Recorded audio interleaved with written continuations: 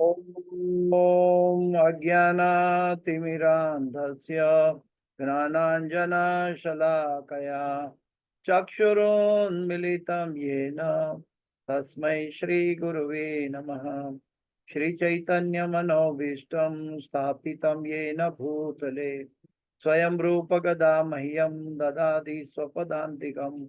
वन्देऽहं श्रीगुरु श्रीयुतापदकमलं श्रीगुरु वैष्णवांश्च श्रीरूपं साग्रजातं सहगणा रघुनाथान्वितं तं सजीवं साद्वैतं सावधूतं परिजनसहितं कृष्ण चैतन्यदेवं श्रीराधा कृष्णपादां सहगणा ललिता श्रीविशाखान्वितांश्च।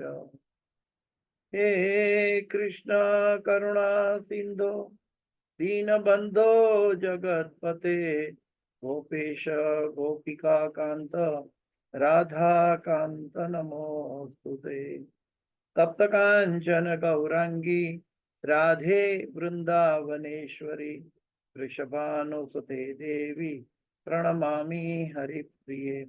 वाञ्छाकल्पतरुभ्यश्च कृपा सिन्धुभ्य एव च पतितानां पावनेभ्यो वैष्णवेभ्यो नमो नमः। श्री कृष्ण चैतन्य प्रभु नित्यानंद श्री अद्वैत गदाधर श्रीवासादि गौर भक्तवृंद। हरे कृष्ण कृष्ण कृष्ण हरे हरे, हरे राम राम राम हरे हरे। जयतां सुरतो पंगोर मम मंदमते गतिर् मत्सर्वस्वपदाम्भोजो राधा मदन मोहन। कृष्णाय वासुदेवाय देवकी नंदनाय च नंदगोपकुमाराय गोविंदाय नमो नमः। गोविंदाय नमो नमः। गोविंदाय नमो नमः। पंचतत्वात्मकं कृष्ण भक्तरूप स्वरूपकं भक्तावतार भक्ताख्यं नमामि भक्तशक्तिकं। गुरुवे गौरचंद्राय राधिकाये तदालये कृष्णाय कृष्ण भक्ताय तद्भक्ताय नमो नमः। ओम नमो भगवते वासुदेवाय। ओम नमो भगवते वासुदेवाय। ओम नमो भगवते वासुदेवाय। नारायणं नमस्कृत्यं नरं चैव नरोत्तमं देवीं सरस्वतीं व्यासं ततो जयमुदीरयेत्। नष्टप्रायेषु अभद्रेषु नित्यं भागवत सेवया भगवते उत्तम श्लोके भक्तिर्भवति नैष्ठकी। ओम विष्णुपदाय कृष्ण पृष्ठाय भूतले श्रीमते जय पताका स्वामी नारिणे नमःचार्य पदायिताय कृपा प्रदायिने गौर कथा धामदाय भद्र ग्रामतारिणे नमो विष्णुपदाय कृष्ण पृष्ठाय भूतले श्रीमते भक्ति वेदांत स्वामी नारिणे नमस्ते सरस्वती देवे गौरवाणी प्रचारणे निर्विशेष शून्यादि पश्यति दीक्षितानि जय श्री कृष्ण चैतन्य प्रभु नित्यानंद श्री अद्वैत गदाधर श्रीवासादि गौर भक्तवृंद। हरे कृष्ण कृष्ण कृष्ण हरे हरे, हरे राम राम राम। आज श्रीमद् भागवत के जो इम्पोर्टेंट श्लोक है उसी के अंतर्गत हम चल रहे हैं और 9वें स्कंद के चौथे अध्याय का 68वें श्लोक पे चर्चा करने जा रहे हैं। 9468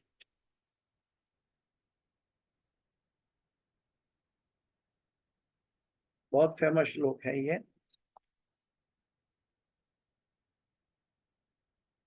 साधवो हृदय मह्यम साधुनां हृदय त्वहं मदन्यत्ते न जानन्ति नाहं तेभ्यो मनागपि।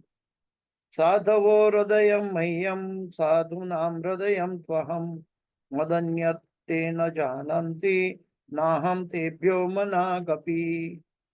साधवो हृदय मह्यम साधुनां हृदय त्वहं मदन्यत्ते न जानन्ति नाहं तेभ्यो मनागपि। भाई दोहराना चाहेगा? यस। हाँ, थोड़ा थोड़ा। साधवो हृदय मह्यम साधु हृदय मह्यम। साधूनां हृदय त्वहम् साधु नाम मदन्यत्ते न जानन्ति अनन्यत्वेन जानन्ति। नाहं तेभ्यो मनागपि। नाहं तेभ्यो मनागपि। हरे कृष्णा। तो अनुवाद पे चलते हैं। अनुवाद और तात्पर्य भाई एसी भक्ति वेदांत स्वामी शील प्रभुपाद महाराज की जय। अनुवाद।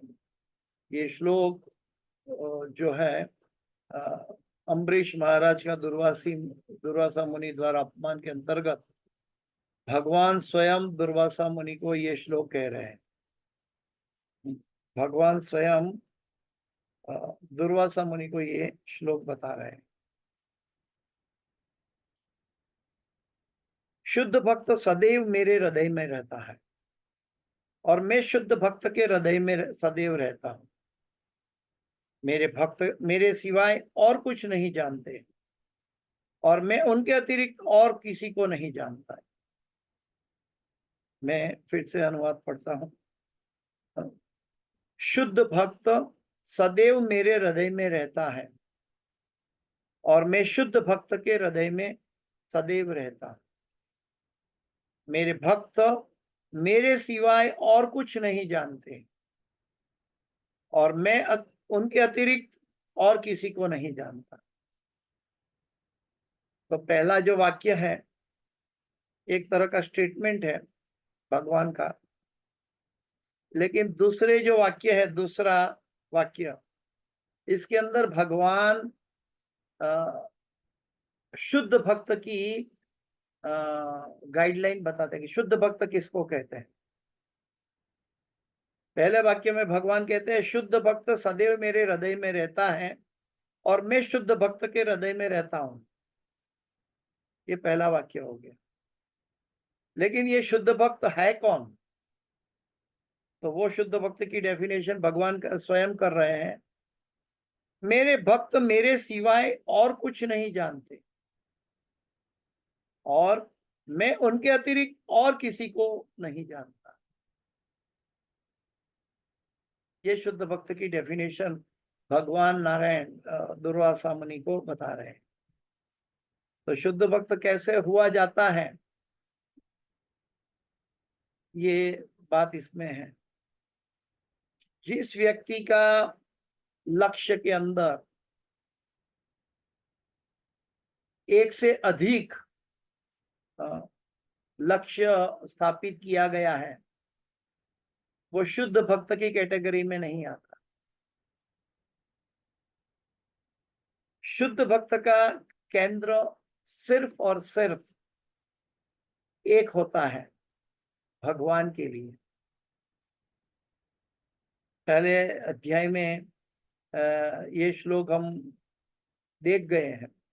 तस्माद एकेन मनसा भगवान सात्वताम पति श्रोतव्य कीर्तितव्यश्च ध्येय पूज्यश्च नित्यता।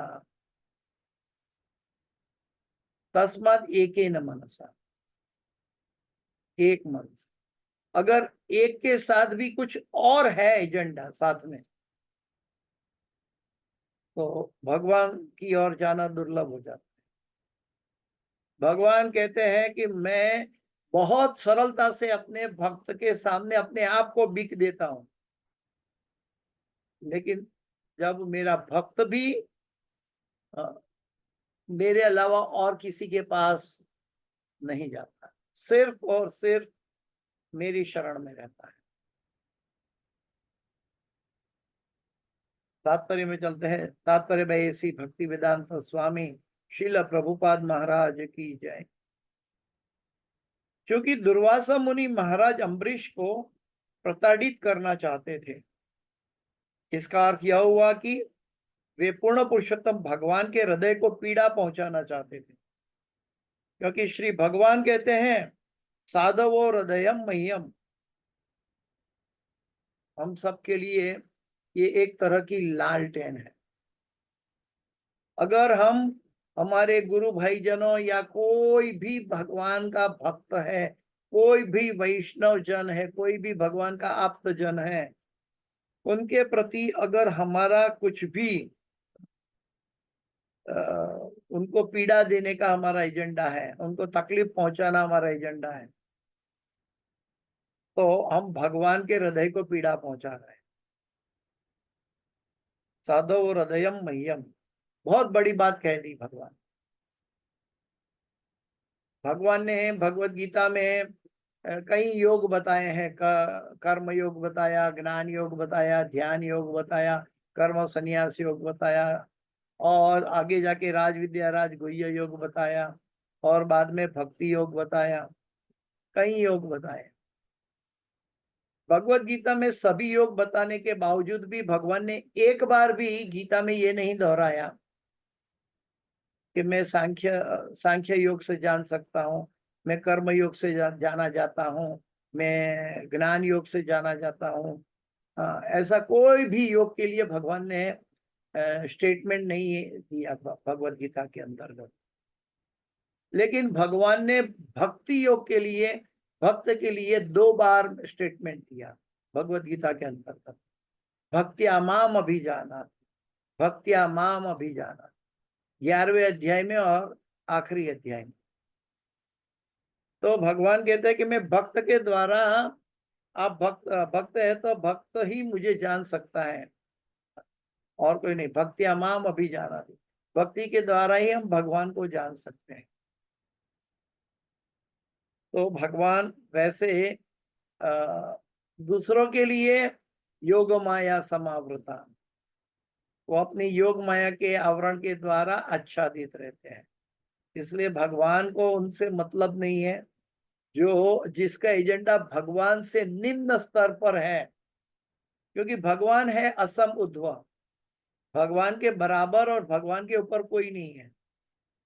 और जब हमारा एजेंडा भगवान के साथ कोई निम्न स्तर वाला कोई भी विषय वस्तु या देवी देवता या परिवारजन या कोई आसक्ति के प्रति रहता है,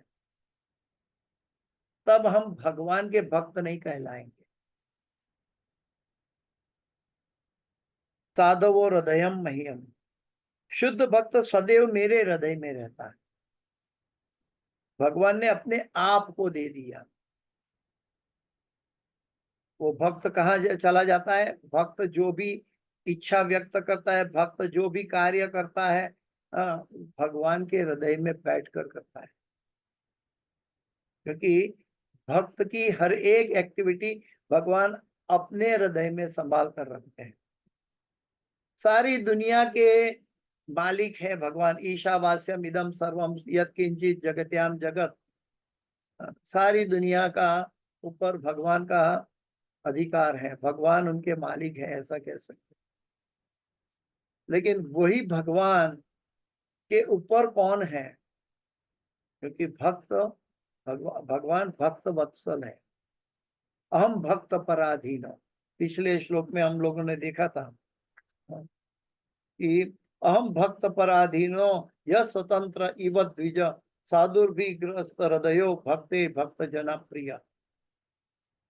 भगवान को भक्त, भक्ति और भक्त जन प्रिय है।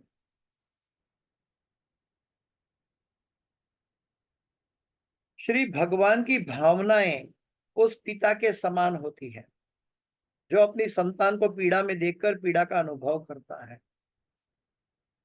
भौतिक जगत में भी देखो, मनुष्य योनि में देखो या 84 लाख कोई भी योनि में देखो, आप कुत्ता की योनि में देखो, बंदर की योनि में देखो, कहीं भी चले जाओ, अगर आप कोई भी योनि के संतान को प्रताड़ित करते हो, पीड़ा देते हो, तो तुरंत उनकी माँ, उनके पिता आपके ऊपर अटैक कर देंगे। भौतिक जगत का व्यक्ति भी ये कार्य करता है, क्योंकि ये क्वालिटी आई कहां से? ममे वांछो जीव लोके जीव भूत सनातन, भगवान के अंश होने के नाते 84 लाख योनि के सभी जीव में ये क्वालिटी मौजूद है कि अपनी संतान को, अपने आश्रित के ऊपर कोई पीड़ा देता है, प्रताड़ित करता है, तो वो स्वीकारेगा नहीं। अतएव भक्त के चरण कमलों पर किए गए अपराध गंभीर होते हैं। ये ऐसी बात है जैसे कि वैष्णव अपराध, ये भक्त अपराध के बराबर है। वैष्णव अपराध हमारी 100 साल की भक्ति 100 सेकंड में नष्ट कर सकता है, अगर हम वैष्णव अपराध करें तो। एक पागल हाथी, एक नशा में चूर हाथी बागान में छोड़ दो और पूरे बागान को उखाड़ कर फेंक देता है, वैसे हमारी भक्ति छिन्न भिन्न हो जाती है। तो वैष्णव का चरण पर अपराध करना बहुत बड़ा अपराध है। वैसे 10 नाम अपराध में सबसे टॉप अपराध पुराणों में बताया कि वैष्णव अपराध है, और वैष्णव अपराध से हमें सदैव बचना चाहिए। जब तक हमारे अंदर मिथ्या अहंकार है, हम हमारे अंदर क्या बोलते हैं कि भोगने की प्रवृत्ति बनी रहेगी, और भोगने की प्रवृत्ति के कारण हम दूसरों पर ईर्ष्या और द्वेष बना रहेगा, और ईर्ष्या और द्वेष के कारण हम दूसरों के प्रति अपराध करते रहेंगे। तो ये एक ऐसी साइकिल है कि जो हमारे अहंकार से शुरू होती है। लेकिन ये अहंकार, ये अज्ञानता का मूल है, और ये अज्ञानता आती कहाँ से? हमारे कर्मों का ही फल है। आज सुबह सुबह वृंदावन में मैंने एक माताजी से सुना, महाराज के लेक्चर का वो ग्लिम्स बता रहे थे। तो माताजी ने बताया कि वास्तव में हमारी कॉन्शियसनेस मैली होती है, तब हम अपराध करते हैं। जब तक कॉन्शियसनेस सुधरती नहीं है, ये अपराध की गाथा चलती रहती है। और जो व्यक्ति, ऐसा शास्त्र में बताया गया कि जो व्यक्ति भगवान का नाम लेता है, वो अपनी कॉन्शियसनेस चेंज कर रहा है, और कॉन्शियसनेस चेंज करेगा तो उनको पहले की कॉन्शियसनेस का जो फल है धीरे धीरे लुप्त होता जाएगा। और इसीलिए कहा है कि भगवान के नाम से हमारे सभी पाप नष्ट हो जाते हैं, क्योंकि भगवान के नाम में हम अपनी कॉन्शियसनेस को ले जाते हैं। इसीलिए प्रभुपाद जी हमें सिखाया है कि हमें कृष्ण भावनामृत रहना चाहिए। श्रीमद् भागवत में कई लीलाओं का पद बताया गया है, और सभी लोग ज्यादातर रास लीला की बात करते हैं, परिपक्व लीला की बात करते हैं, लेकिन उसमें भी बहुत गहरा उपदेश समाया हुआ है, जो हमारे लिए पहले से हमारी मानसिकता को सुधारने के लिए आवश्यक है। कौन सा अपराध? भगवान शायद अपनी करुणा से, अपनी अनुकंपा से भक्त के पास अपने आप को छोड़ दे। मान लो भगवान भक्त के पास मिल गया, भगवान ने भक्त को दर्शन दे दिया। अगर भक्त की मानसिकता सही नहीं होगी तो भगवान फिर से अदृश्य हो जाएंगे। अगर हमारी मानसिकता में कहीं भी कोने कचरे में अहंकार, अहम ममेती पड़ा हुआ है, तो भगवान अदृश्य हो जाएंगे। ये गोपियों की रासलीला के बाद का स्तर है कि भगवान सबके साथ आनंद विभोर किया, सबकी इच्छा की पूर्ति की, लेकिन जैसे हल्का सा अहंकार आया कि भगवान मेरे साथ है, तो भगवान अदृश्य हो गए। तो हमारी मानसिकता में चैतन्य महाप्रभु सिखाते हैं, तृणादपि सुनीचेन तरोरपि सहिष्णुना अमानिना मान देना कीर्तनिया सदा हरि।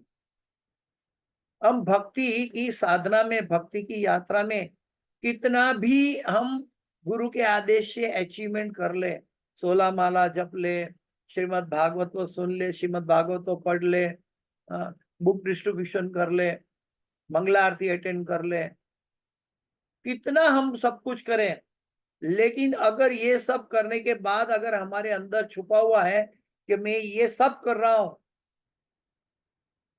तो भगवान हमारे पास प्रकट नहीं होंगे। ये सब भगवान की अनुकंपा और गुरु की कृपा के द्वारा हम करते हैं। क्या हम दीक्षा लेने से पहले, दीक्षा में गुरु के संसर्ग में आने से पहले, क्या हमारे पूर्व जीवन में हमने कभी 16 माला किया था? क्या कभी हम मंगला आरती के लिए इतने तत्पर होते थे? क्या भागवत क्लास इतना सुनने के लिए या पढ़ने के लिए तत्पर होते थे? नहीं। तो जो मिला है गुरु और भगवान के द्वारा मिला है। और कोई भी हमारी आध्यात्मिक क्या बोलते हैं कि आध्यात्मिक एक्टिविटी, भक्ति की कोई भी एक्टिविटी अगर हम सोच ले कि मैं कर रहा हूं, तो मैं नहीं कर रहा हूं, भगवान हमसे दूर चले जाएंगे। क्योंकि भगवान को एक ही चीज हमसे भगवान दूर रहते हैं, और वो है हमारा मिथ्या अहंकार।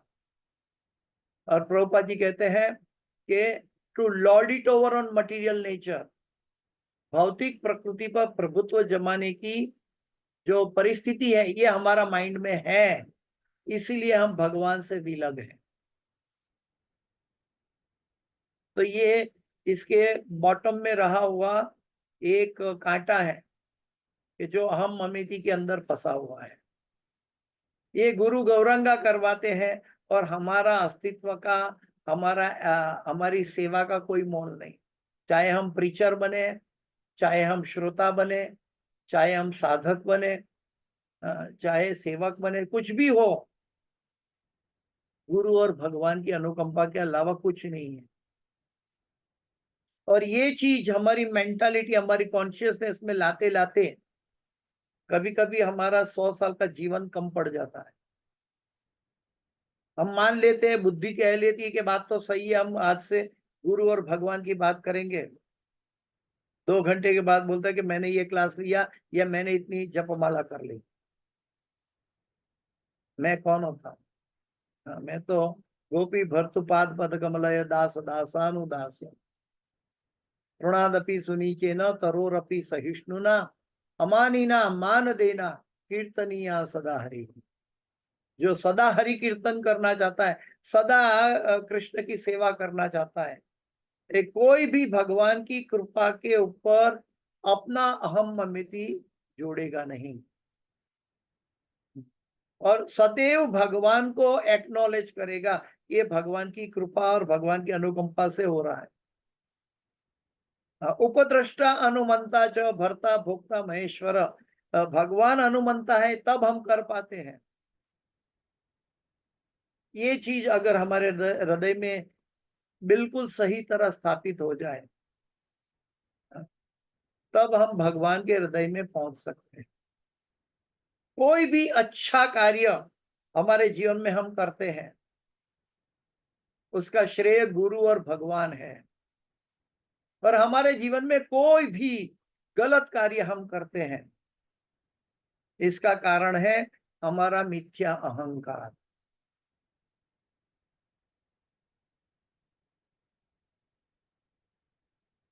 श्री चैतन्य महाप्रभु ने ठोस शब्दों में संस्तुति की है कि किसी को भक्त के चरण कमलों पर अपराध नहीं करना चाहिए। इवन जगई माधाई ने नित्यानंद प्रभु को पत्थर फेंका था,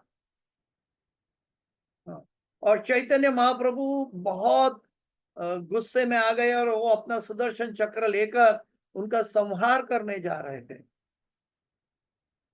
लेकिन नित्यानंद प्रभु का हृदय देखिए। नित्यानंद प्रभु कहते हैं कि ये दो जगई माधाई ने एक गलती की है कि उन्होंने मुझे पत्थर तो सिर्फ मारा है, क्या उसकी सजा उसके लिए जन्मों जन्म तक कृष्ण भक्ति से विरक्ति हो जाएगी? ये नहीं हो सकता। एक माता के पेट के अंदर संतान होती है, और संतान माता को लात मारता है, तो माता क्या संतान को इसका दंड देती है? जब ब्रह्मा जी ने ब्रह्म विमोहन लीला की और भगवान का अपराध कर लिया, ग्वाल बालों को अलग कर दिया, तो ये अपराध तो था ही, लेकिन फिर भी ब्रह्मा जी ने अपनी प्रेयर में क्या कहा कि कृपा करके आपकी संतान की नाती मेरी इस गलती को माफ कर दी। अगर ब्रह्मा जी ऐसी गलती से माफी मांगते हैं, अगर इंद्र देवता अपनी अज्ञानता में मुशलधार वर्षा करते हैं गिरिराज के ऊपर, और भगवान गिरिराज उठाकर भक्तों की रक्षा, ब्रजवासियों की रक्षा करते हैं, और इंद्र का अहंकार तोड़ देते हैं, ब्रह्मा का अहंकार तोड़ देते हैं। अनंत कोटि ब्रह्मांड है, अनंत कोटि ब्रह्मा है, उनका अहंकार भी टिकता नहीं है। तो हम कितने मूर्ख हैं कि हम अपने अहंकार को प्रज्वलित कर रहे हैं चारों तरफ। ये हमारी क्या बोलते हैं कि एक तरह का दुर्भाग्य है कि भक्ति का रत्न मिल गया लेकिन समझा नहीं कि भक्ति क्या होती है।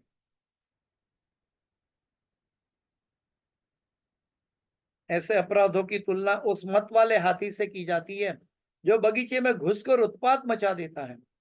अतएव शुद्ध भक्त के चरण कमलों पर अपराध नहीं होना चाहिए। वास्तव में ये सब कार्य जो हो रहा है, भागवत में सब चर्चा हो रही है, ये हम सब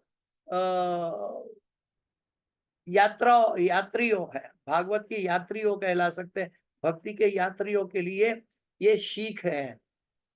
अलग अलग अध्याय में, अलग अलग स्कंद में, अलग अलग परिस्थिति में अलग अलग उपदेश है, और सभी उपदेशों का ये सार है कि समसिद्धि हरितोषणम,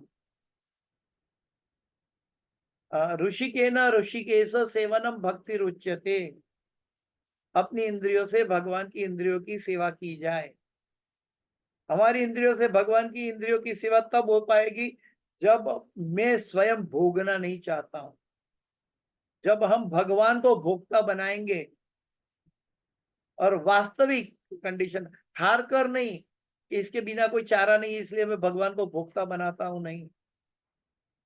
भगवान को भोक्ता बनाने का अर्थ है कि जो भी भगवान चाहते हैं, जो भी वर्तमान में रखते हैं, वो सब भगवान की सेवा के लिए उपयोग किया जाए। हम सब कुछ भी करते हैं पहले अपनी सेवा करते हैं, भगवान की सेवा भूल जाते हैं।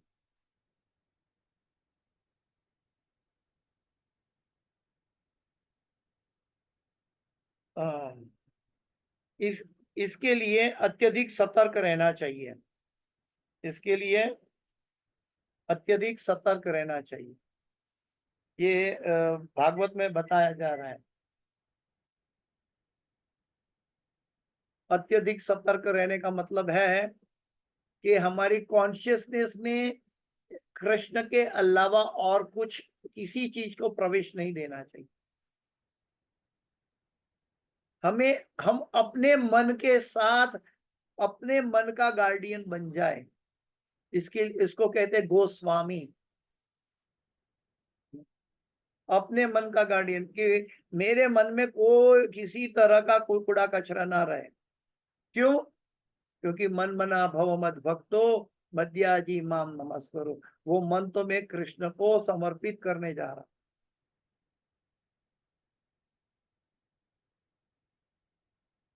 वस्तुतः महाराज अम्बरीश का कोई भी दोष नहीं था। दुर्वासा मुनि उन्हें व्यर्थ ही प्रताड़ित करना चाहते थे। महाराज अम्बरीश ने पूर्ण पुरुषोत्तम भगवान को प्रसन्न करने हेतु भक्ति का अंग स्वरूप एकादशी का पारण पूरा करना चाहा। अतएव उन्होंने थोड़ा सा जल पी लिया। एकादशी ब्रेकिंग का टाइम था, दुर्वासा मुनि कहीं ऋषि मुनियों के साथ आ गए, प्रसाद की याचना की। एकादशी ब्रेकिंग का टाइम होने जा रहा था। दुर्वासा मुनि कहते कि मैं जाके यमुना में स्नान करके वापस आता हूँ, और तब एकादशी का पारण टाइम पूरा होने जा रहा था। तो अम्बरीश महाराज को तो एक वैष्णव का आगमन है तो उनको सम्मान दिया, सब कुछ रेडी था। प्रसाद भी दुर्वासा मुनि के लिए तैयार किया, सभी ऋषि मुनि के लिए तैयार हो गया और वो राह देख रहे हैं। लेकिन एकादशी का पारण टाइम पूरा होने जा रहा है। समसिद्धि हरितोषण, इसलिए उन्होंने एकादशी तोड़ा भी, फिर भी नहीं तोड़ा। उन्होंने सिर्फ कुछ बिंदु, कुछ ड्रॉप पानी ग्रहण किया, क्योंकि निर्जला एकादशी किया था। तो पानी ग्रहण करने से एकादशी टूटा भी, लेकिन फिर भी एकादशी नहीं टूटा, अन्न नहीं खाया। तो ऐसी परिस्थिति में उन्होंने भगवान को प्राधान्य दिया। जब भगवान को प्राधान्य दिया तब हम किसी के ऋणी नहीं रह जाते। शास्त्र में बताया गया कि जो भगवान की सेवा में नियुक्त होता है उसको कोई भी देव ऋण, परिवार का ऋण, माता पिता का ऋण, संतानों का ऋण, कुछ भी बाकी नहीं रह जाता, सब अपने आप परिपूर्ण हो जाते हैं। तो दुर्वासा मुनि ने भगवान विष्णु को प्रसन्न करने वाली एकादशी का पारण किया था। यद्यपि दुर्वासा मुनि महान योगी ब्राह्मण थे, किंतु ये नहीं जानते थे कि ये सब क्या है। महान इसमें क्या पता है, यद्यपि दुर्वासा मुनि महान योगी ब्राह्मण थे, इसीलिए प्रभुपाद जी कहते हैं ब्राह्मण से बढ़कर वैष्णव है। भगवान ब्राह्मणों को आदर देते हैं, सम्मान देते हैं। एक तरफ द्वारका में सुदामा ब्राह्मण का, सुदामा विप्र का चरण प्रक्षालन भगवान करते हैं, लेकिन वही भगवान दुर्वासा मुनि जैसे ब्राह्मण को सहाय नहीं करते। ये इतिहास में पहली बार हुआ। प्रभुपाद जी ने बताया है अपने एक्सप्लेनेशन में कि ये पहली बार हुआ कि जब कोई भगवान की शरण में गया लेकिन भगवान ने उनको शरण नहीं दिया। क्यों? क्योंकि वो वैष्णव अपराध करके आया था। जो अपने गुरुजनों के, आप्तजनों को, सीनियर भक्तों का, कोई भी वैष्णव का अपराध करते हैं, भगवान के द्वार पे उसका कोई स्थान नहीं रह जाता। भगवान चाहते हैं कि जिसका अपराध किया है उसी के पास जाकर आप माफी मांगो। तो भगवान ये चाहते हैं, इसीलिए हमें गुरु महाराज, हमारे हिज होलीनेस जय पताका स्वामी हम सबको सिखाते हैं कि जाने अनजाने में भी अगर हमें कोई भक्त के प्रति मन में या फिजिकल कर्मणा मनसा वाचा अपराध हो जाए, तुरंत जाकर वो भक्त के चरणों में गिरकर माफी मांग लो। भले तुम्हें अन्याय भी होता हो, लेकिन तुम जाकर माफी मांग लो। क्यों ऐसा कहा? पता नहीं ये सांस कब रुक जाएगी और फिर हम ये अपराध की माफी मांगने के लिए उनको कब और कैसे ढूंढ पाएंगे, पता नहीं होगा। और तब तक हमारा जन्म, मृत्यु और दंड भुगतना पड़ेगा। भक्ति हमसे शुष्क हो जाएगी, फिर हम दिशा विहीन हो जाएंगे। और ऐसे भक्त का जिसका अपराध किया है, अगले जन्म में हम उसको पहचानेंगे, माफी मांगेंगे या नहीं, कैसे पता होगा? अगर वो एक शहर से दूसरे शहर में चला गया, कोई एक यात्री आया था वृंदावन में और एक भक्त यात्री आया था, उसका अपराध किया, वो अपने शहर में चला गया, हम उसको कैसे ढूंढ पाएंगे? इसीलिए कभी भी वैष्णव के प्रति, भक्त के प्रति अगर कर्म से, मन से या वाचा से अपराध हो जाए तो तुरंत हमें उनके चरणों में माफी मांग लेनी चाहिए। नो मैटर हमारा अपमान भी होता हो, हमें अन्याय भी होता है, इसकी परवाह में नहीं करनी। अमानी ना मान देना कीर्तनिया सदा हरि। मान की अपेक्षा है तो हम अमेती है, नाम प्रतिष्ठा की अवस्था है तो हम अमेती है। अगर कृष्ण का हृदय में रखा है तो भगवान के भक्त भगवान के हृदय में रहते हैं, इसलिए वो भक्त के चरणों में जाना, इससे बड़ा सुंदर और सरल रास्ता क्या हो सकता है। जिसके मन में कचरा है वो व्यक्ति झुक नहीं सकता। एक पनिहारी अपने घड़े को लेकर कुएं की ओर जाती है, नदी की ओर जाती है। घड़ा सोचता है कि मैं ये पनिहारी के सर पे जाके बैठा हूं, लेकिन वो घड़ा जब तक कुएं में या जलाशय में जाकर अपने आप को झुकाएगा नहीं, तब तक इसके अंदर अमृत नहीं भरा जाता, पानी नहीं भर सकते। अहंकार को तोड़ने के लिए हमें बार बार झुकना सीखना चाहिए। हमें बार बार भगवान को दंडवत प्रणाम करके कर्मणा मनसा वाचा दंडवत प्रणाम करना चाहिए। वैष्णव को दंडवत प्रणाम करना चाहिए। वांछा कल्पतरुभ्यश्च कृपा सिंधुभ्येव च पतितानां पावनेभ्यो वैष्णवेभ्यो नमो नमः। अनंत कोटि वैष्णव वृंद की जय। ये कोई एक फॉर्मूला की एक रिचुअल नहीं है, इस्कॉन के मंदिर में हर रोज सुबह हम करते हैं। लेकिन प्रभुपाद जी हम सबको सिखाते हैं कि जाने अनजाने में 24 घंटे में कुछ गलती की है, तुरंत मन से, हृदय से, वचन से माफी मांग लो। इसको आगे जमा करके मत जाओ।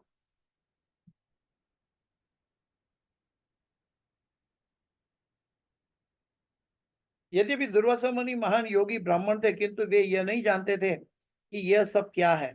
एक शुद्ध भक्त तथा वैदिक ज्ञान के तथाकथित पंडित में यही अंतर होता है।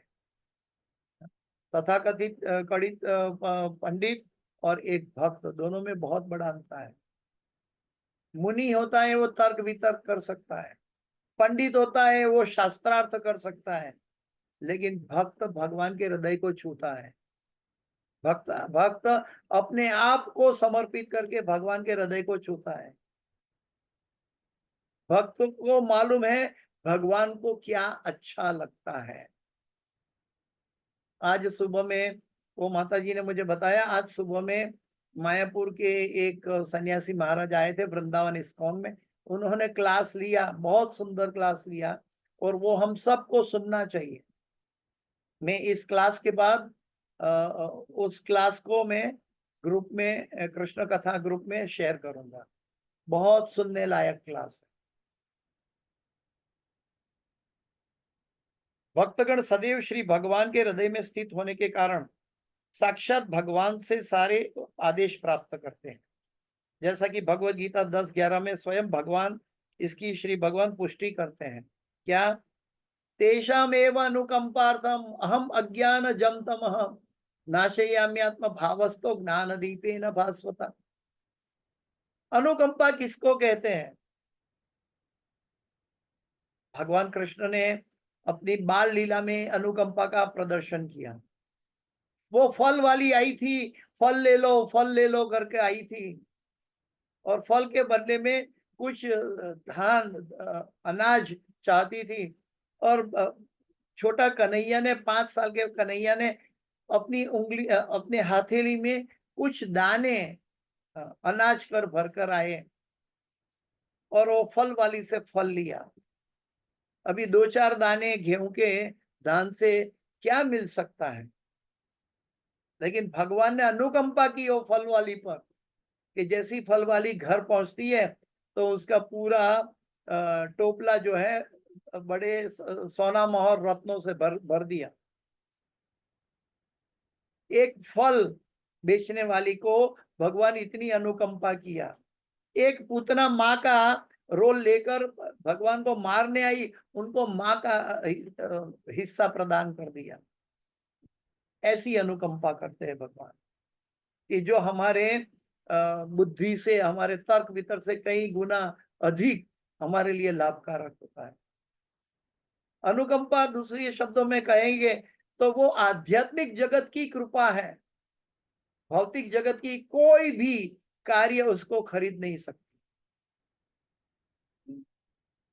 भौतिक जगत का क्या, 2-4 गेहूं का दाना कन्हैया ने फलवाली को दिया, तो क्या दिव्य रत्नों से उसका टोपली कैसे भर जाएगी? तेषामेव अनुकंपार्थम अहम अज्ञानजं तमः नाशयाम्यात्म भावस्तो ज्ञान दीपेन भास्वति। मैं उनके हृदय में, भगवान अभी अनुवाद बताते हैं गीता क्या, कि मैं उनके हृदय में वास करते हुए उन पर दया करने के कारण अज्ञानजन्य अंधकार को ज्ञान के प्रकाशमान दीपक से नष्ट करता हूं। अहम अज्ञानजं तमः। भक्त ऐसा कोई कार्य नहीं करता जिसकी अनुमति पूर्ण पुरुषोत्तम भगवान नहीं देते। ये एक अंडरलाइन स्टेटमेंट करना चाहिए, हमें सीखना चाहिए प्रभुपाद जी का तात्पर्य से।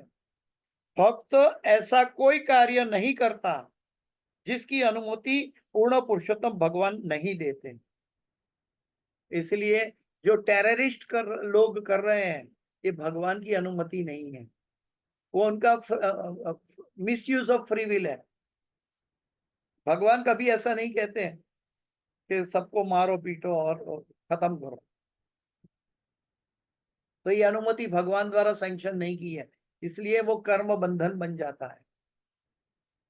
महाभारत का युद्ध धर्म युद्ध था, भगवान चाहते थे इसीलिए हुआ।